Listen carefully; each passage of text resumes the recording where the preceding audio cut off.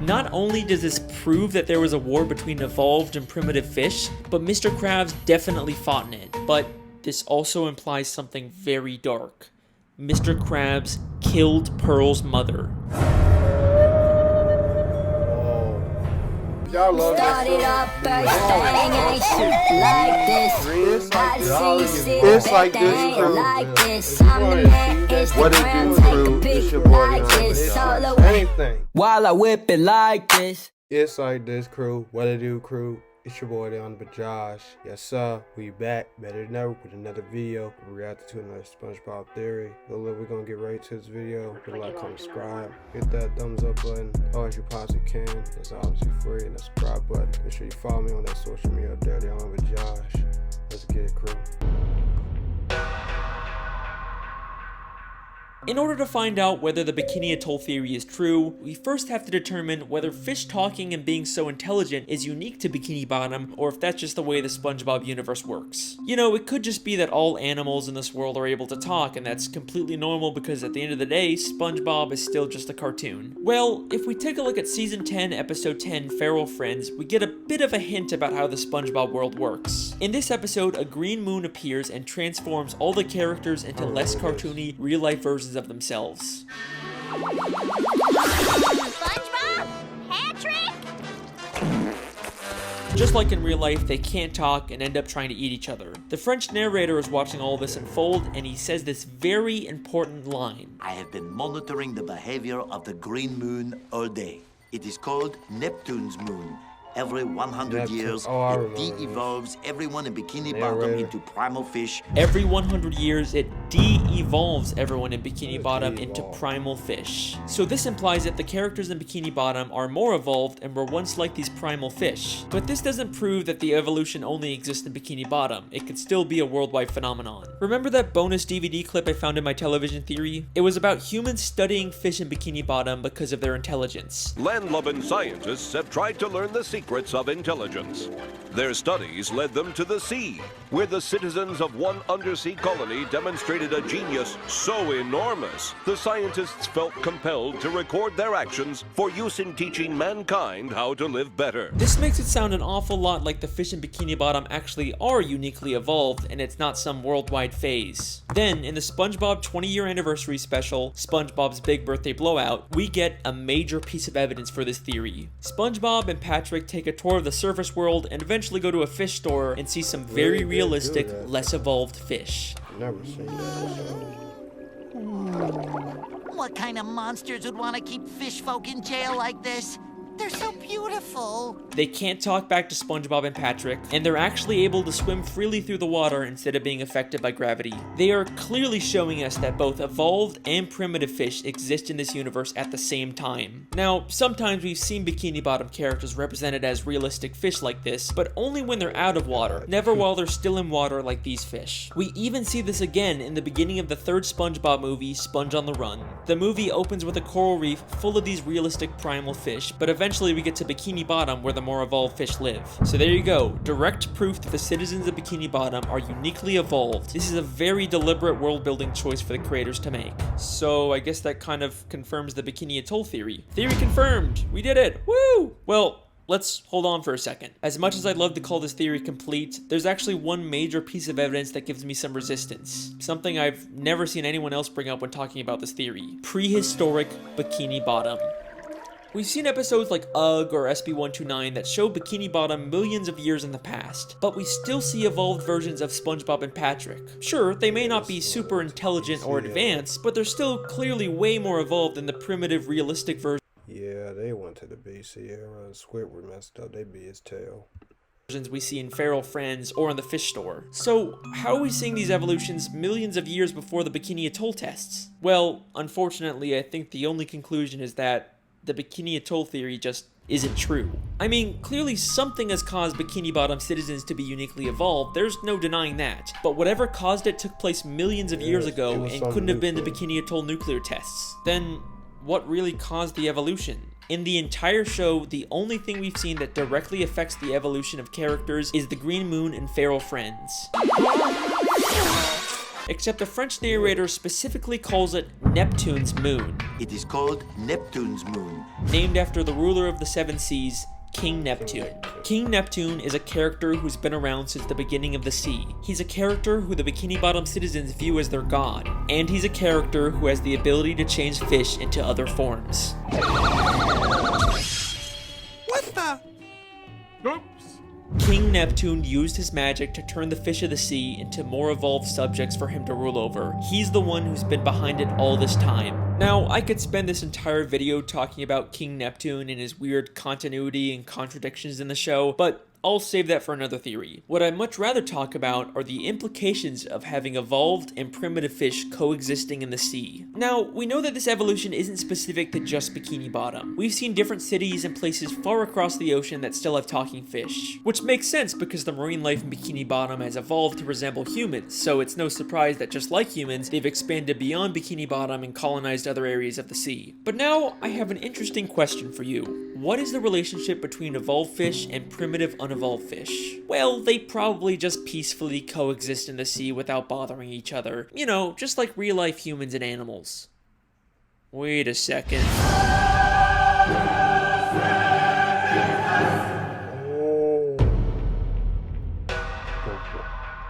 In Season 3, Episode 10, the Krusty Krab training video, there is this hilarious, absurd moment when they're talking about Mr. Krabs. After the war, Krabs stayed secluded in a deep depression that seemed endless. Like, what war happened in Bikini Bottom? They just tell us this and then completely drop it. But with this new context, is it possible that Krabs fought in a war against these primitive, wild fish of the sea? I mean, let's remember in Feral Friends, some of those de-evolved fish were massive compared to the evolved fish, and they immediately started attacking each other.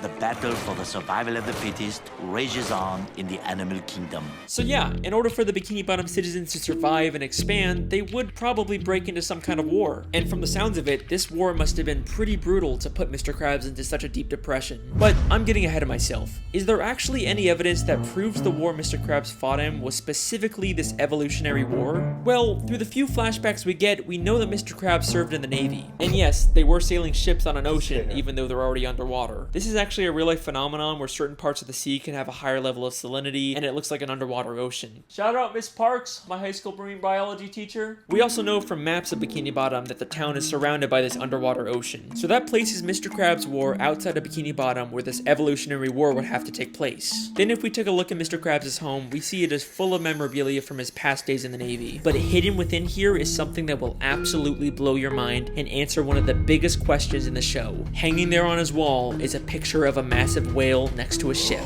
You don't think that could be... No, it can't be. Pearl's mother?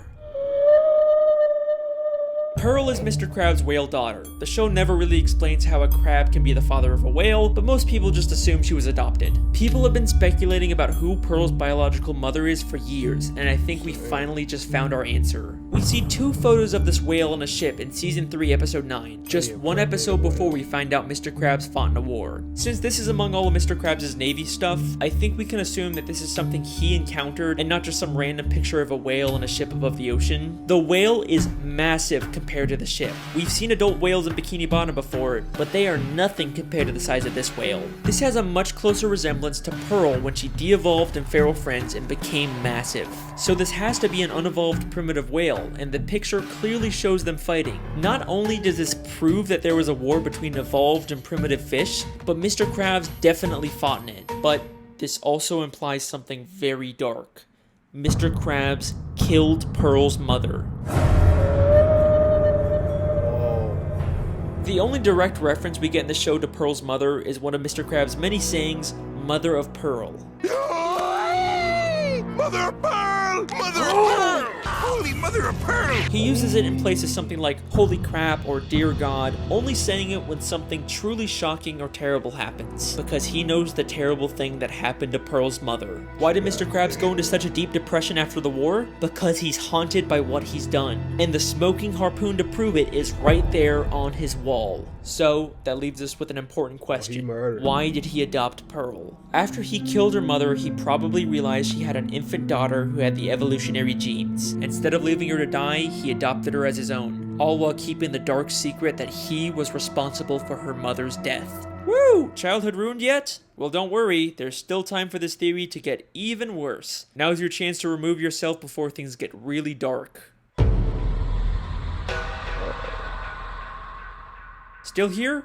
Okay, so here's a fun question. What's the deal with all the pets in Bikini Bottom? How come most fish are basically humans, but a snail or a worm acts like a pet? Well, just like humans have domesticated wild animals, it should be no surprise that evolved fish have domesticated primitive fish as pets. Unlike the massive primitive fish that the Bikini Bottom citizens had to go to war with, there's also smaller primitive fish like jellyfish, snails, spirit worms, seahorses, and clams that the Bikini Bottom citizens were able to form a symbiotic relationship with. Aww, and I thought you said this was gonna be the dark part, Alex. They're living peacefully together. That's nice. Okay, you got me. Here's another fun question. Where do the citizens of Bikini Bottom get their food? I mean, sure, some of it is plant-based, but there sure does seem to be an awful lot of meat-based food under the sea. I think you know where I'm going with this. The Bikini Bottom citizens eat primitive fish. Haha, it's not cannibalism if they're less evolved than you, right? There's no moral dilemma there. In Season 3, Episode 13, we see direct proof of this when the characters go fishing for primitive clams. This is something completely normal in this world. And then there's the chum bucket,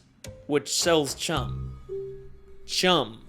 Chum is literally just ground up fish. The show isn't even hiding this. Now, we don't really see too much of the meat harvesting side of Bikini Bottom, and I'm not surprised they're keeping it on the DL, you know, with the whole cannibalism thing, but there is one secret to making food that is kept more secret than anything in Bikini Bottom. The best kept secret in the entire show. You already know what I'm gonna say, the Krabby Patty secret formula. Get ready to break free from the feed. No more sky high. Throughout the show, there's been lots of contradictory evidence about the Krabby Patty secret formula. In Season 4, Episode 7, Mr. Krabs says it's an old family recipe. Your mother knows the Krabby Patty formula? Of course she does. It's an old Krabs family recipe. But in Season 5, Episode 1, apparently Mr. Krabs discovered it on his own by accidentally mixing random ingredients together. I've done it. I discovered the perfect patty batter. Sometimes it's a secret formula, sometimes it's a book, sometimes it's a secret sauce, and any glimpse we get at the formula is just random nonsense. There is a ton of contradictory evidence out there, but I think this might all be intentional. In order to throw people off, Mr. Krabs has spread misinformation about the Krabby Patty formula. In fact, he's already done this in Season 3, Episode 18 by hiding a fake formula for Plankton to find that says he's the secret ingredient. Mixed together with the most important ingredient of all, 4 heaping pounds of freshly ground plankton? And the contradictions aren't just inside the show. Even one of the SpongeBob crew members once said that Krabby Patties are vegetarian and contain no meat. But I've always been a little suspicious about what the creators say. They've also said that they're not allowed to show fish as food, except they clearly do with chum, clam fishing, and all the many gags where fish turn into food. It's almost like they're not allowed by Nickelodeon to publicly acknowledge this because that could create a controversy, but they could still sneak this dark secret into the show. So what is the true secret ingredient? Where does the meat really come from? It's strange, we never really see Mr. Krabs get the meat delivered, or at least go out himself to get it. It's almost like he has all the meat he needs stockpiled somewhere. What primitive meat can Mr. Krabs have access to? Maybe he's been holding on to something from the war. What could Mr. Krabs have killed during the war that he doesn't want anyone to find out about? Something big enough to supply him with meat for years without needing more. What could that be? You really gonna make me say it? Mr. Krabs is using Pearl's dead mother's carcass to make Krabby Patties. Woo! We did it! Yeah, we solved the mystery! We did it! I'm so glad! Season 1, Episode 15, Sleepy Time. Mr. Krabs has a dream that he's on a boat fishing for a massive dollar. This is his memory of killing Pearl's mother, except now all he sees her as is money. And take a guess what name he calls the dollar. What you doing, Mr. Krabs? I'm picking Neptune's bucket. What are you talking about? I'm talking about cold, hard flipping cash. It's the mighty Moby Dollar. Moby Dollar, a direct reference to Moby Dick, a story about hunting a whale. Are you kidding me? And that is the evolution theory. I warned you guys this would be a dark one. The Bikini Atoll theory. King Neptune, Pearl's mother, the Krabby Patty formula, we hit everything in this theory. Even if you don't agree with all of it, you gotta admit a lot of this makes sense. Eugene Krabs' aspirations for money and greed have caused him to do terrible, terrible things. At least his love for Pearl seems to be real, so maybe there's some small amount of good in him. And even though Pearl's mother probably provides tons of meat, eventually he's gonna run out and he'll have to face what he's done. Well, unless of course there's another whale he has access to. Nope. Nope. No. No. Mr. Krabs wouldn't do that. He loves Pearl. He's not just raising her for Krabby Patty meat. Even Mr. Krabs isn't that much of a monster. From every side I've ever seen to the sweetest sound I've heard, I'd gladly give up everything for all the money that I've earned. Oh. Huh.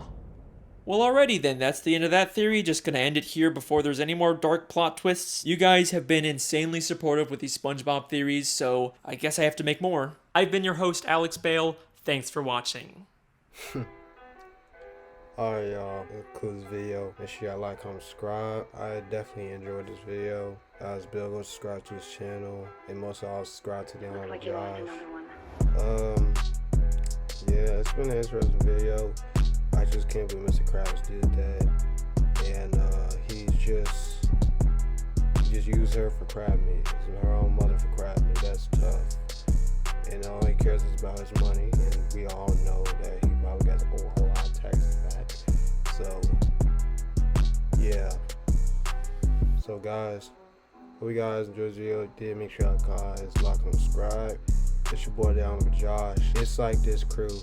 Peace. Hey guys, I hope y'all enjoyed the new video. I know I have been gone for a long time, and I'm pleased to tell y'all guys the Honorable One is back in full action. New videos back soon and later. You know, the Honorable One's back. The button, you know, go up there and like, follow, and comment on my social media if y'all want more action from the Honorable One. And I swear to you that this will be the best year. 2021 will be the honorable year. We're gonna hit 1,000 subscribers by the end of the year. Our goal is to hit 10,000. We can get that fast. We already broke 2 goals. You already know, bro. I do this for y'all and I love y'all. Have a nice weekend. Have a nice night. Have a nice day. Anywhere y'all go, even at school, I still love y'all. You do your work. Do your homework everywhere. Study hard. Keep grinding, you know. And myself, this happened. Changing the shades, y'all. But look, hope you guys enjoyed these videos. If you did, make sure you like and subscribe. It's your boy, the Honorable Josh. It's like this crew. Peace.